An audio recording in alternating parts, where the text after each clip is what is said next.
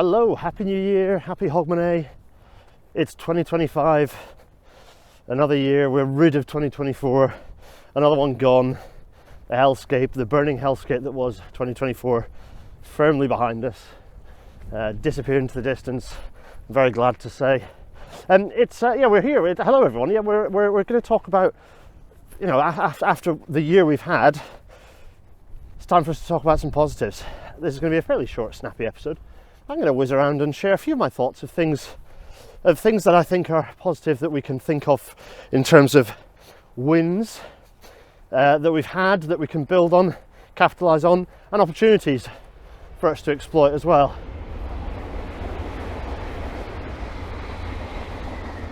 Don't know what that's about. We're going to go through, it's not an exhaustive list by any stretch of the imagination, but it's hopefully a useful little way for us to think positively about what we can achieve, what we have achieved, and what we can achieve for the future. So while I go up these stairs, it's not a bad spot up here, you know.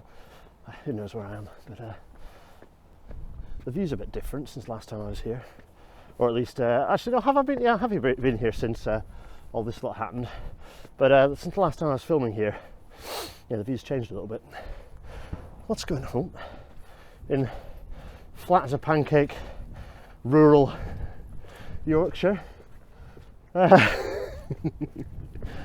Sadly, not beautifully timed with a train whizzing past behind me. But the view I'm about to give you, hopefully you'll appreciate, is far better than when a train gets in the way of it. Everyone, welcome to tonight's Rail Natter.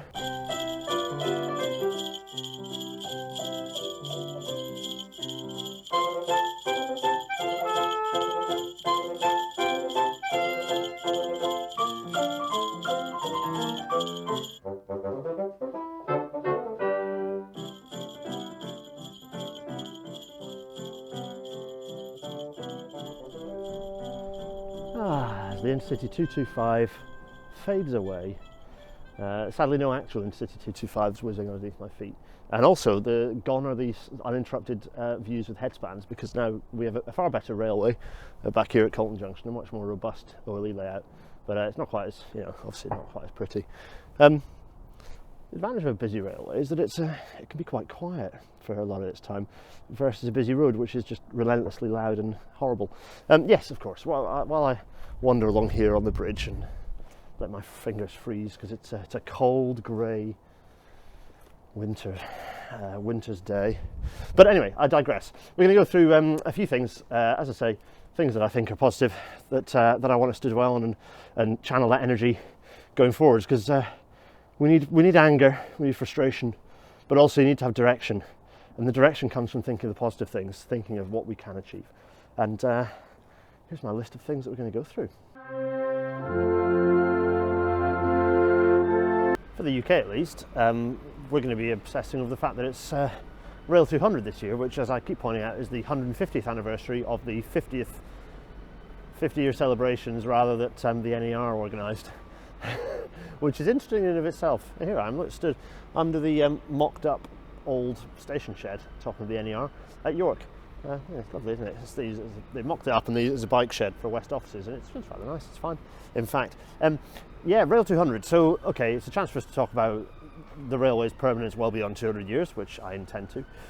But it's also the fact that not everyone, sadly, I fear that Rail 200 is not going to land quite as widely as some might hope, but it may a bit, and with policymakers it might find a certain pertinence and be noticed at least. It's a chance for people to be talking about railways, and whoever is talking about railways, well, let's make sure they're saying the right things about railways. If people are talking about railways, that's good, and we can talk about how much railways are critical for the future. I might have written a book about it.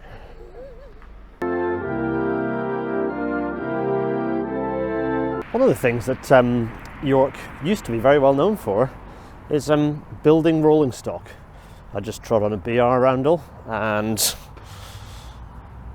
an LNER roundel, and there's a couple more down here, because behind me is a is a kind of a fake loading gauge thing that's a bit of a tribute to York's pretty much entirely lost rolling stock manufacturing heritage. Now it is all a load of service economy, low-rise estate rubbish.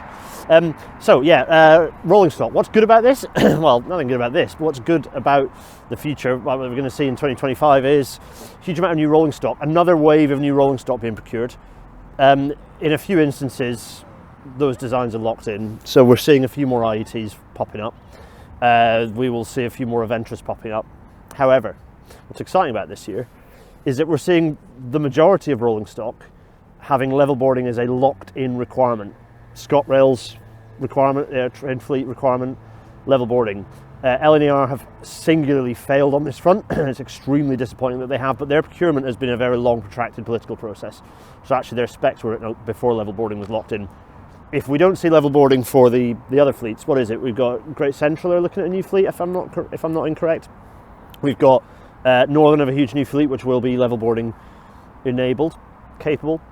Others as well. There are new fleet procurements going on, and it's exciting that these will be. By the way, there's also some P-way here. There's some rails. It's exciting that we've kind of level boarding, the campaign for level boarding, and that phrase, those two words together, level boarding. That's an understood quantity now by most people. We're still hearing nonsense about, well, you know, different trains and different platform heights and such, which is all rubbish. You procure your trains with low floors, and those problems are solved. So, but it's positive. It's a good thing. We should be very pleased that campaign has succeeded. You know, it succeeded in pushing that change. Now we just need the rolling program and platform corrections. But we should see this as positive for sure. Rail alphabet 2, rail alphabet 2, rail alphabet 2, rail alphabet 2, rail alphabet 2, rail alphabet 2. Yes, station signage is one thing, and we're going to hopefully see more of that rolling out and being unified actually over the next year. Possibly even more exciting is the fact that, well, A, we might get a new station opening that isn't nothing, isn't the absolute bare minimum, so that'd be exciting. Secondly, the actual station design guidelines will be wound into being much more formal this year as part of CP5 continuing, which is exciting. So that's something which I hope to see more of, and I really do want to get Frank Anatoli and Anthony Dewar on to talk about it and talk about how we're going to actually end up seeing it manifest, because the work they've done is brilliant. Hub Station I think was really good. I want to see that happening. Yeah, we're in York Station, by the way.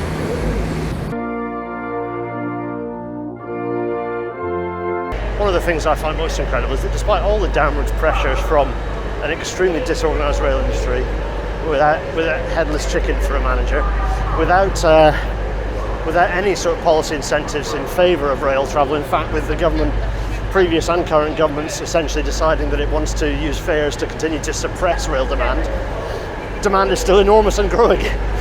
York Station, I'm at a lull between sort of surges at the moment in York. It's Mad Friday that I'm recording this, and yet the station's still heaving.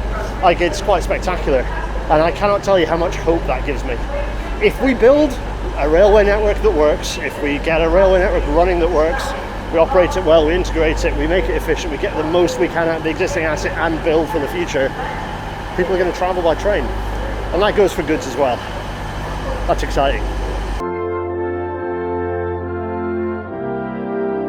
Behind me is the northern throat of York Station. Now it looks kind of quiet at the moment because we're in a little bit of a lull in the timetable, but scattered here and for the next 2 miles kind of going that way, or possibly even a little bit more, are various not installed bits of pieces of kit that had been placed there in the middle of construction of York's third line, so providing 3 bi-directional lines out of York and providing massive easement of, a pretty reasonable easement of the way under capacity pair of tracks coming north out of York Station.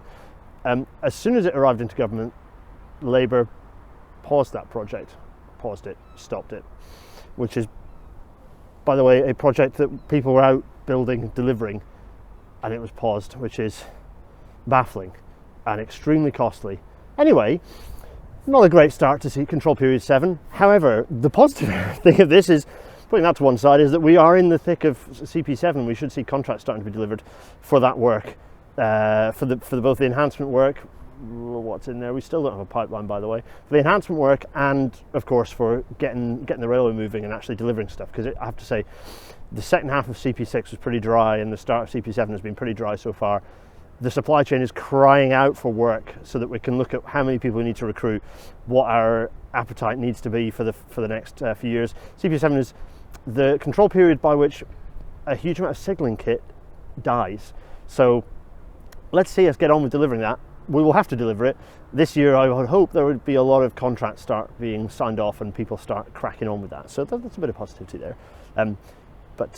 Yeah. Talking of which, let's just enjoy this 158 go past. These are still running. I love them. And these probably have got a few more years in them, but the thing over there doesn't. As the 158 goes past, another 158. This thing behind me, or behind it, slowly catching monkey. That thing is very much not. Also, it's just sat there not doing anything, which is also kind of weird. Anyway, yeah, get rid of those. Electric trains, that's another positive though. But CP7 cracking on. I'm happy with that. Behind me is the traverser at Hallgate Depot. It's a traverser. Look, there's a thing that you put wagons on and they go whee back and forth. In fact, there's currently a wagon on it, which is quite fun. Why am I here? Well, 2025 is when we're going to start seeing, well, not start seeing, we're going to continue to see more railway integration and reform and change to the industry. And this is an opportunity, because where change is happening, we can make sure it's the right change. We can shout at people to make sure the right change is happening. Look, there's a wagon on the traverser. There's a fence between me and them. I'm just wandering around in the public. But yeah, there's quite a bit of work going on behind us around and integrating into the site and expanding what this was supposed to be. It was partly going to be for the high output fleet, which it should have been, as should have been the high output training and testing facility further up. But all that got canned thanks to a mixture of people, but Hendy was one of them, interestingly, when he wrote his report to explain ways to make it cheaper to run Network Rail and give us a worse railway. However, change is good. GBR, whatever that is, actually, BR2, formation of that, integration of Network Rail and train operators. I hope we're going to start seeing some clarity as to what industry wants, and therefore once we see actual plans, we can shout about how they can be improved. We can say what's good about them, we can be honest about what isn't so good about them. So that is a massive opportunity. So I'm very excited that this year is going to be a chance for us to actually start having inputs into shaping, being consulted on and shaping what the industry is actually going to look like, and commenting and reviewing accordingly.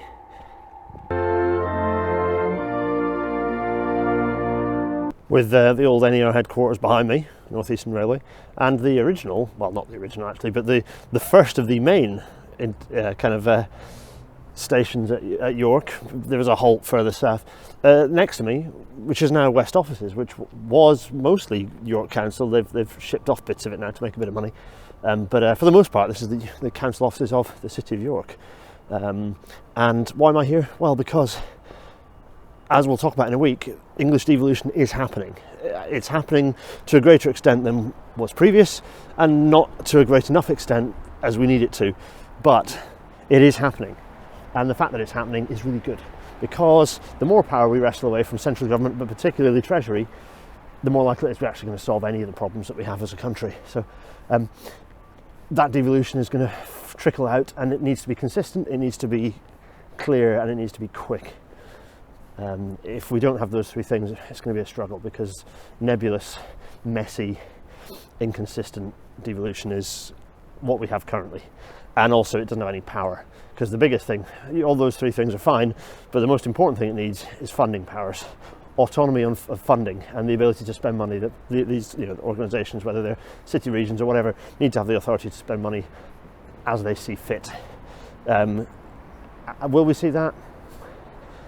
Who knows? But again, there's an opportunity there. There is change, and that's positive. Doing Christmas shopping in York, rammed and surrounded by people, busy as anything. And I'm struck by a positive thought, which is that all these people around us voted for change. And they haven't got it with this government, which means they're looking for the next person who's going to offer them actual change. And left as a choice. we let that be reform, or we pick up the mantle and offer people something different and something better and something a bit more hopeful. And I see that as an opportunity in 2025, because if the Greens wipe up in local elections, then that's going to pull Labour the other direction again. Also put more Greens in power. So we have an opportunity to do something good. This government has shown themselves to be pretty weak, and despite their Bath Party majority, that also means that we can push them in different directions policy-wise. So there's a really big political opportunity in 2025, and we should take it. I've stood up here on York's walls. Over here, we have Network Rail's offices for much of the eastern region and east coast. Over here, with the sign of York Station. Behind that is what will become York Central, so railway-related development. Also, Hallgate Works is over there as well. And we've got, what else have we got behind me? We've got design consultant office over there. We've got design consultant office over there. We have got all manner of the railway things all tied up. In fact, behind that, we've got Unipark used to be over there, although they've got a new site now. We've got all manner of things, huge amounts of stuff. Also, the mess they're making at the front, the station frontage here. The fact they're not doing the pork cochere as well is extremely frustrating. Anyway, all this waffle. Why am I here? Why am I stood here waffling with all this railway stuff? Stood above it all with this nice high aspect. Well, the reason why, also by the way, the old Railway Institute, where I did my first PTS training down there, looking rather glum and sorry for itself, frankly. Why am I stood up here? Well, because Rail Natter over this next year is going to be making a point of looking forwards and doing as little looking backwards as well. Okay, we're going to do quite a bit of looking backwards, because there's going to be some history stuff as well for the fun of it, because it's Rail 200. We're going to make a point of looking constructively forwards as much as we can and talking about what the railways can deliver, both kind of strategically, nationally, internationally, but also locally. I want to get out and about a bit more locally and talk about what the railways can achieve locally. That includes local railway lines, it includes cities. We're going to do a few more of those sort of urban railway network episodes. I've got a few brewed up already, thanks to pieces done for Mill Media. There's a lot that we're going to be doing. I'm excited to be talking about it all. And I'm keen for your suggestions as to where you want me to head to as well. So get those sent in, particularly if you're a Patreon person, you know where to go. Yeah, I'm excited. It's going to be a busy year, I think.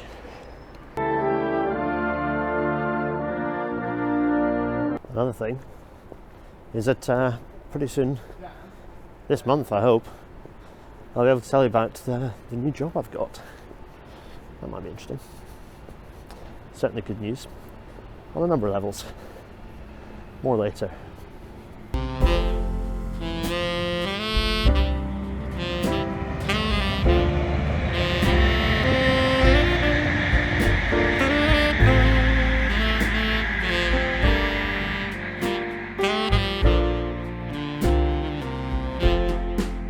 So there you have it. A nice list of various things, not exhaustive, that I think set us in the right direction and allow us to set others in the right direction to make 2025 a year of moving things forwards rather than whatever the hell was happening in 2024.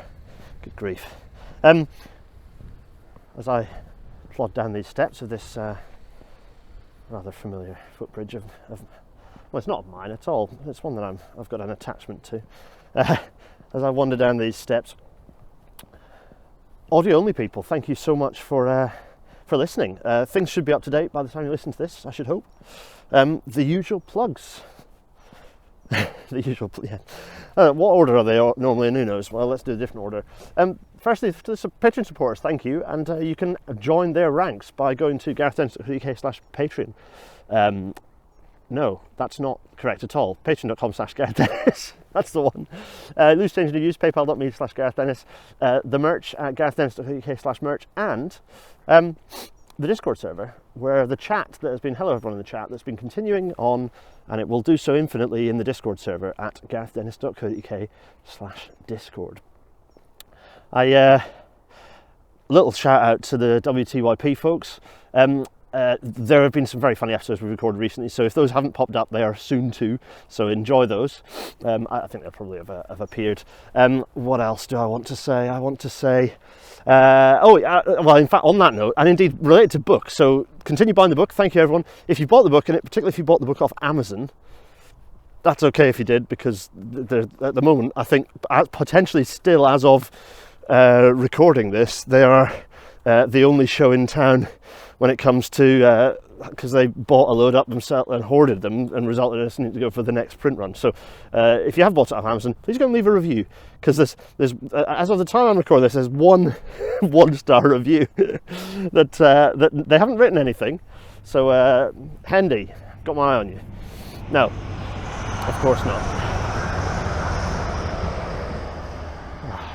If only it was electric. Anyway, so you go and leave reviews on Amazon if you do that, and wherever you've bought it, please do leave reviews. It's incredibly helpful. It is wonderfully helpful, so please do that. And in terms of book things, there will be a tour, 10-date tour next year around the UK, various locations. There should be one fairly close to you that you can get to by train. So look out for those dates. They'll be coming soon with a little poster. Yeah, I'll be confirming those early January. There will also be a US date of some kind in May, so keep a very close eye on that. More on that to follow as well. Now, next week's episode.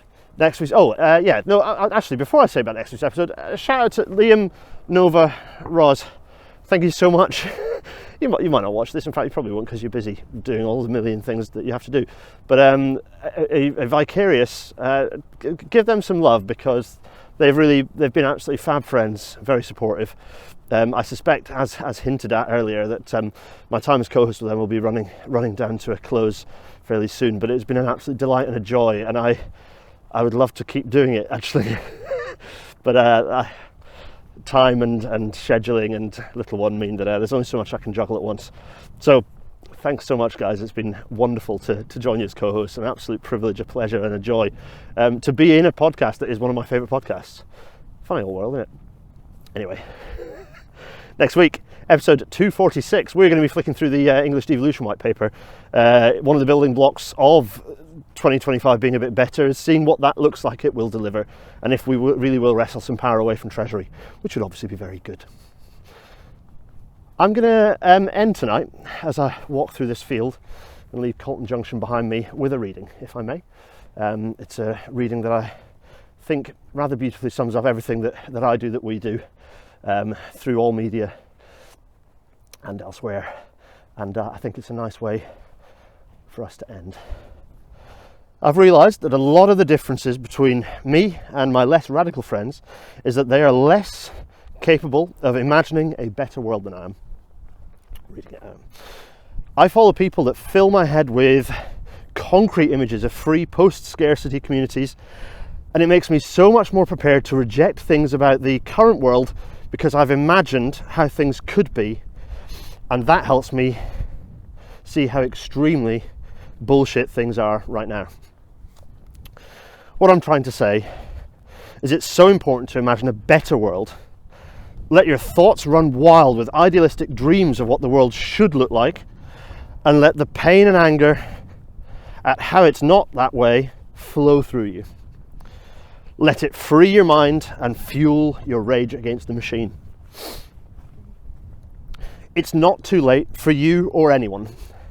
We can have the world of our dreams tomorrow, but we have to be willing to fight today. Those words by Aaron Bushell in 2023. Everyone, have a wonderful rest of your holiday. I'll see you in a week.